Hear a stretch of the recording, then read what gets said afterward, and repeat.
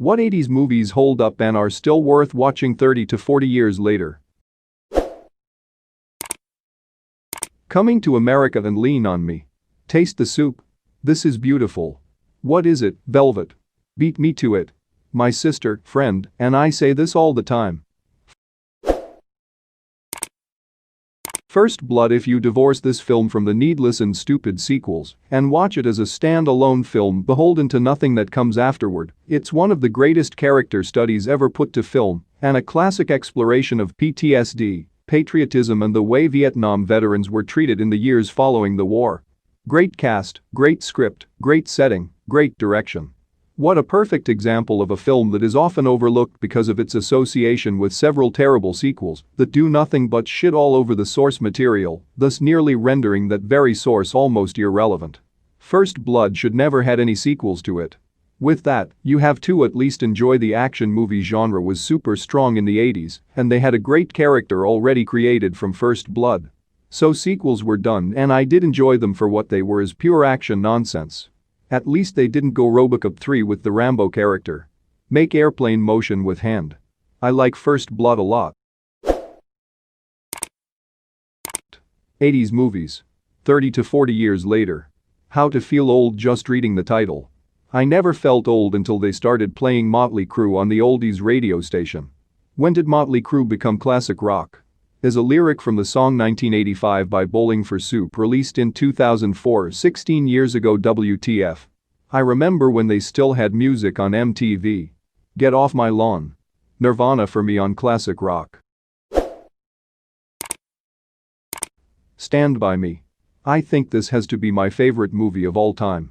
It's also where I got my username from. So did you or did you not steal the milk money? Of course I took it. Everyone knew I took it. When I saw this movie as a kid I related to the kids. As an adult I relate to the narrator and it makes it a very viewing experience. It doesn't just hold up, it evolves with age. I never had any friends later on like the ones I had when I was 12. Jesus, does anyone? Clue is spectacular. Very funny, very fast-paced, and I love the multiple endings. Edit to say this has exploded. Dan, if you like Clue, do yourself a favor and try the similar Murder by Death. Who are you? I'm the butler, sir. What do you do? I butyl, sir, am a plant. I thought people like you were usually called a fruit. Mrs. Peacock was a man. Die Hard. Die Hard was such a trip when it came out. Looking back it may seem like it's just a stereotypical action movie that was done exactly right. But at the time it subtly redefined action movies, action heroes and movie villains all at once. Great article for context. Fun fact. Bruce Willis only ended up getting the part after Arnold Schwarzenegger, Richard Gere, Clint Eastwood, Burt Reynolds, Sylvester Stallone, Harrison Ford, Don Johnson, Nick Nolte, Mel Gibson, Richard Dean Anderson and Frank Sinatra turned it down. Edit. To clarify, Frank Sinatra starred in the 1968 adaptation of the first Roderick Thorpe novel, The Detective. When the movie became a success, Sinatra himself encouraged Thorpe to write a sequel and got an option for first pick to play the lead. However, the second novel didn't come out until 1979, and the tone had changed from a detective story to a pretty dark action thriller, featuring the detective close to retirement getting involved in a terrorist plot. In the book, his daughter, not his wife, is an executive at a corrupt oil company who is held hostage by terrorists wanting to expose the corruption. The book was not a success and Sinatra passed on the role. The studio paused development for several years and then rewrote the story as a Commando sequel for Schwarzenegger. When he also passed on it, the script got offered to practically every single action or cop movie star in Hollywood until they ran out of options. Then they looked at who else might star, and because Willis was an extremely popular TV star, they offered him the part. Willis himself had to turn down the role since he was busy filming Moonlighting. However, when Sybil Shepherd got pregnant, he had the chance to take the role. Bruce Willis was the right guy, but now I want to see the parallel universe version, where Richard Dean Anderson was John McClane. Princess Bride, Eastern Time, Beverly Hills Cop, Say Anything, Beetlejuice, Karate Kid. I'm not going to say it quote unquote holds up, but I think Real Genius is still funny and is mostly forgotten now. Can you hammer a 6-inch spike through a board with your penis? Not right now, a girl's gotta have her standards. Man, I love that movie. I will need to watch ASAP. I had that dream again. Is it the one where you're standing on top of a giant temple in sort of sun god robes with 1,000 naked women screaming and throwing little pickles at you? No. Why am I the only person who has that dream? I was pondering on the immortal words of Socrates when he said, I drank what? Airplane. 1980. One of the funniest movies ever made. Captain, how soon can you land? I can't tell. You can tell me. I'm a doctor. No. I mean I'm just not sure. Well, can't you take a guess? Well, not for another 2 hours. You can't take a guess for another 2 hours? Leslie Nielsen was a genius at talking complete nonsense with a straight face. Because before Airplane. Or was it Police Squad? He was a regular actor. They cast him in a comedy because they needed someone who could deliver those ridiculous lines absolutely straight. I remember hearing this too. Completely remade his career off of one role. Created all the absurd comedies he was in, including the Naked Gun series. It's Enrico Palazzo. Amadeus. Predator. The Terminator. Back to the Future. The Thing. Planes, trains, and automobiles.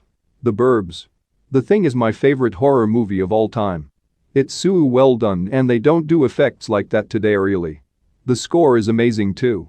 The Thing is incredible. All those practical effects, dang. Also the dog was a really good actor. I watch Amadeus over and over just for the laugh. I didn't know that this movie was from the 80's. Great movie though. It was originally a stage play with Mark Hamill as young Mozart. Edit. Although Hamill wasn't the originating cast, see below, the movie director recast the part because he didn't like the recent Star Wars characters and assumed that he'd get Luke as Mozart. At Big Trouble in Little China. This one has come up a lot. I haven't seen it. It always looked a little cheesy to me. What do you like about it? A big thing to note for a first-time watch is that it is cheesy and it is 100% aware of this. Gotcha. That makes sense. I think is okay when a movie leans into the cheesiness. I'm sure that makes it more funny. I'm definitely convinced it's worth watching. Even if initially I thought it seemed ridiculous. Oh, it is cheesy AF and works only that way. I keep dreading that some studio is going to remake it as a modern action film that takes itself seriously. 80's Birthday Sleepovers always included it. It's cheesy in a way that only a movie with Kurt Russell, Kim Cattrall, and James Hong can be. The Thing is not only the greatest horror movie ever made, I'm hard-pressed to name a movie I'd rank higher. John Carpenter in the 80's was on fire. 1988, They Live. 1986, Big Trouble in Little China. 1984, Starman. 1982, The Thing. 1981, Escape from New York. Don't forget The Fog. Prince of Darkness. A highly underrated film. The dreams are amazing, the idea of the mirrors is clever, and it's a classic, not a happy ending. Pray for Death. Heathers is a great movie. I went back and watched it after I saw the musical, and it's still really good fun. Would recommend. Cool. This one has come up a couple times. I know nothing about it at all. So I will have to look into it. But it must be good. Imagine Mean Girls, but with murder. And with Christian Slater in his prime, this coming from a straight white male in his 40s. I love my dead gay son. And there weren't special things for kids the way there are now. Like, we would just go see movies. Any movie. Like Back to the Future. That was a movie everyone could see. Kids could kinda see it. Great movie, right? I rewatched it recently. It's a very weird movie. Marty McFly is a 17-year-old high school student whose best friend is a disgraced nuclear physicist. And, I shit you not, they never explain how they became friends. They never explain it. Not even in a lazy way, like, hey, remember when we met in the science building? They don't even do that. And we were all fine with it. We were just like, what, who's his best friend? A disgraced nuclear physicist? All right, proceed. What a strange movie to sell to be a family movie. Two guys had to go in and do that. They had to be like, okay, we got an idea for the next big family action comedy. All right, it's about a guy named Marty, and he's very lazy. He's always sleeping late. Okay. Is he cool like Ferris Bueller? No. But he does have this best friend who's, you know, a disgraced nuclear physicist. I'm confused here. This best friend, this is another student? No, no, no. No, this guy's either, like, 40 or 80. Even we don't know how old this guy's supposed to be. But one day, the boy and the scientist, they go back in time and they build a time machine. Whoa. Okay. I think I see where you're going here. They build a time machine, and they go back in time, and they stop the Kennedy assassination. Ah. Oh, wow, that's a really good idea. I mean, we didn't even think of that. Alright, well, what do they do with the time machine? Well, now I'm embarrassed to say. Ah, well, alright. We thought it would be funny, you know, if the boy, if he went back in time and, you know, he tried to fuck his mom. I don't know. We thought that'd be fun for people. But, no, good point. No, he doesn't get to. Cause this family friend named Biff, he comes in and he tries to rape the mom in front of the son. The dad's gotta beat the rapist off of her.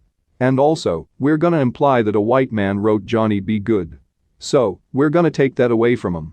Well, this is the best movie idea I have ever heard in my life. We're gonna make 3 of them. Now, you say they go to the past. How about we call it Back to the Past? No. Back to the Future. Right, but they go to the past. Yeah. John Mulaney.